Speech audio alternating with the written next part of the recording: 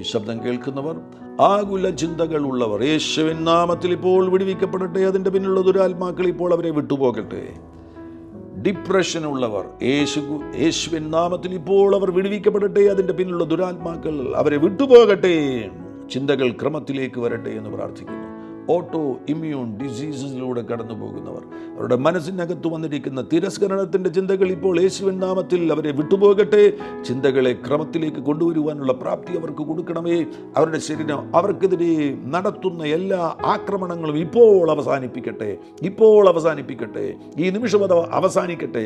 യേശുക്രിസ്തുവിൻ നാമത്തിൽ അതിൻ്റെ പിന്നിലുള്ള ദുരാത്മാക്കൾ അവരെ വിട്ടുപോകട്ടെ. ഓട്ടോ ഇമ്മ്യൂൺ ഡിസീസസിൽ നിന്ന് സൗഖ്യമിപ്പോൾ സംഭവിക്കട്ടെ എന്ന് പ്രാർത്ഥിക്കുകയാണ്.